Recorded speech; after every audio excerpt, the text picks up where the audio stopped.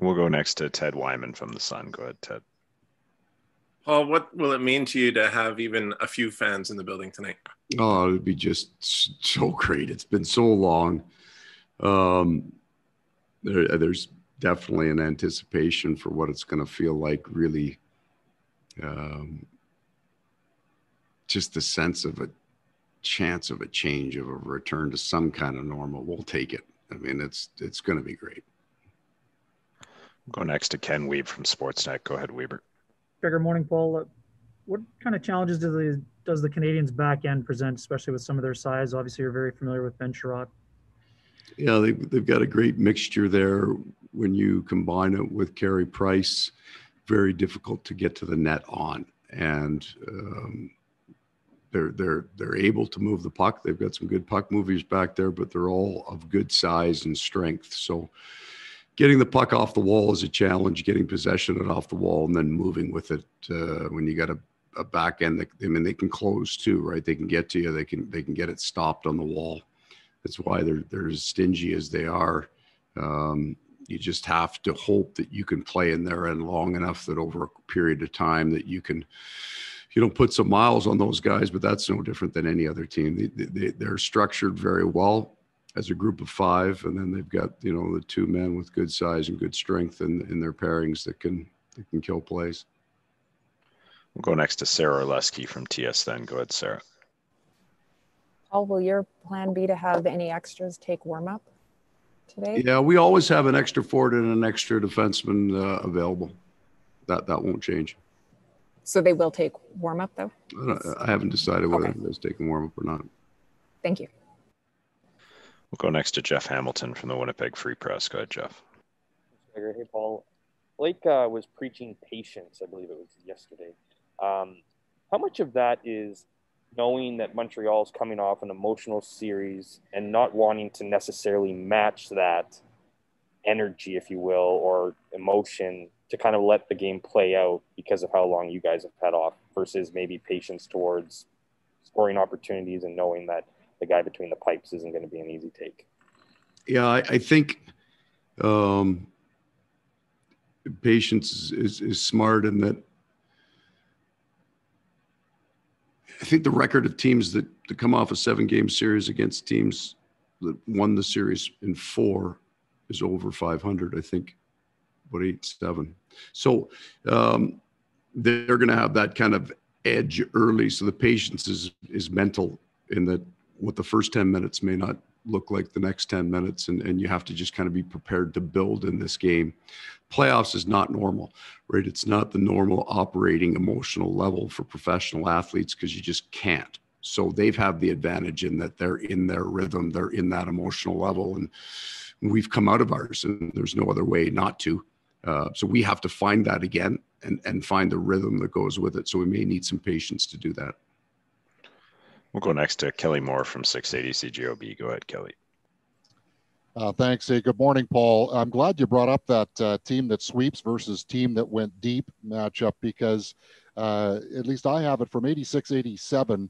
The team that won game 1 in that particular scenario won 80% of the time. So how much importance is there on this series opener, considering this particular scenario? Yeah, I don't know that. I mean, the math is what it is. And I think when you start looking at, the 80% number on, and there's going to be somebody who runs numbers that's going to tell me I'm wrong. But if you're looking at 80%, let's say that a team the team that wins game 1 wins a higher percentage of the series. That factors in a lot of 1-8 seeds. And you get to 1-8 seeds, there's usually a pretty significant difference, historically, between the 1 seed and the 8 seed. But I think if you looked at, 2-3 seeds or 3-4 seeds, or those teams that are next to it, I don't know if it's as true. You get a feel, you think you have a feel for what each series is going to look like. I think in terms of tightness and closeness, they've got overtime wins in theirs, and we do too. These are going to be tight games. Winning the first game in a tight manner, I don't think is going to break the other team's belief that they can win. I think these are all going to be really tight games. We'll go next to Arpon Basu from The Athletic. Go ahead, Arpon. Thanks, Gregor. Hey, Paul. Just wondering what are some of the points of emphasis or priorities that you've placed on your team in terms of avoiding allowing the Canadiens to feed off their forecheck and feed off turnovers? What do you guys have to do to not allow them to do that? Yeah, so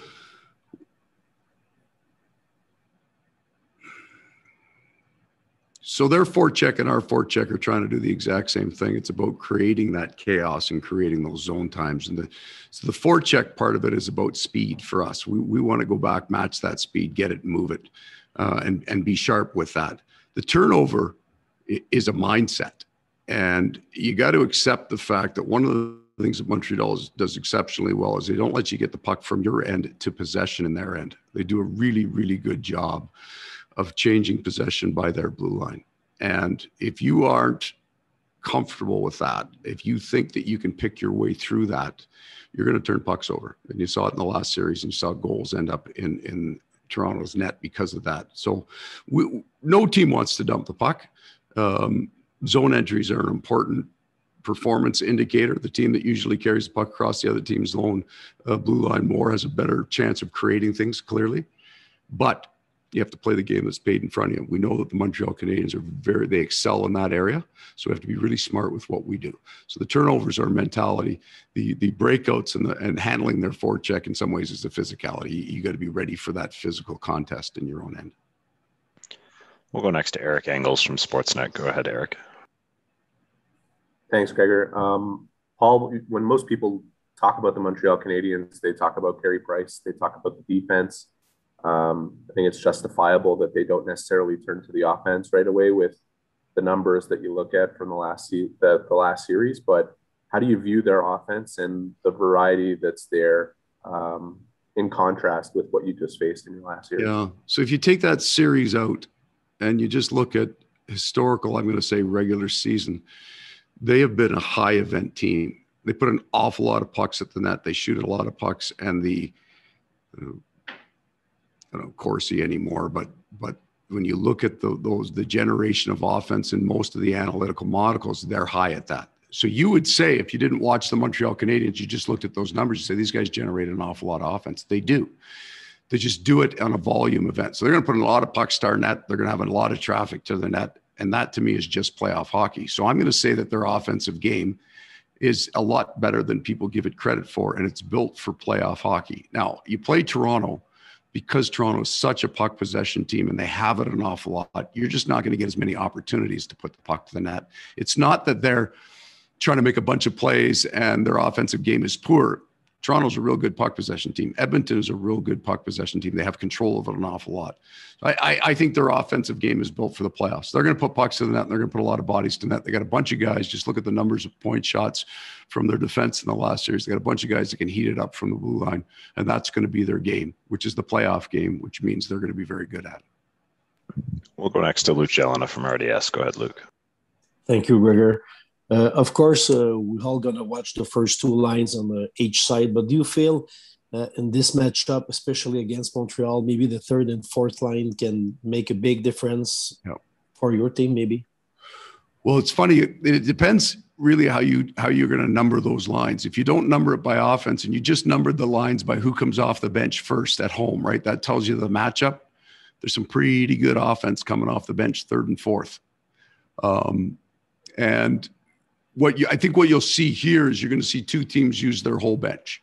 I think it was harder to use the whole bench against the two teams that we each played. So if you've got Matthew and you've got Marner coming off the ice, or you've got Draisaitl and you've got McDavid coming on the ice, you're stuck to one or two lines you're playing against them. And so you've got your number one matchup you want, your number one set of D you want. And everybody else kind of takes second stage to that. You'll get those other guys out whenever you can, but you got to shut those guys down. Now, I don't think that they'll be quite. I mean, we've got the Mark Scheifele line, but even in the first two games of our series against Edmonton, they weren't as offensively dynamic as you might have thought. I think both teams run their whole bench, and I think you're exactly right. It's going to be, you may have an equal chance to get a goal from each line, if that sounds crazy, because you've got some really good offensive players maybe in the top two, but you know how that works. They cancel each other out. So everybody has a fair chance to score here. Your fourth line, their fourth line, everybody's got a shot at being a hero. And final question to Jeff Hamilton from the Free Press. Go ahead, Jeff. fair. Paul, you had mentioned, I think it might have been once, maybe a second time during that Edmonton series, that you thought, and I think I might ask you about the physicality, and you felt like there was another level for your team, sense of aggressiveness almost. It seems like Montreal will welcome that part. They're a bigger team. They're a more physical team. How do you feel your team's going to adapt to that after a series with Edmonton that maybe wasn't as physically demanding? Yeah, I think that you're going to see almost the same physicality that we had in the Edmonton series. Like, you go back and you look at the numbers of hits, and God, I mean, the one game was like 116 and there's probably 12, right? I think both teams have some big hitters. You take a look at their blue line and a couple of guys up in front. I think you may have the same kind of game going on and then a big hit. And then, so I think you're going to see a higher number of bigger hits, and that will then just be kind of played out on normal hits. The rest of the game is going to look, I think in some of the series, Boston, Washington, seemed like every hit was big. They didn't count any little ones, and they were all big ones. I think that's going to be a part of this, but I don't think it's true of the whole lineups on both teams. But there's hitters now on both these teams. Thanks very much, Coach. Thanks, everybody. We'll be back.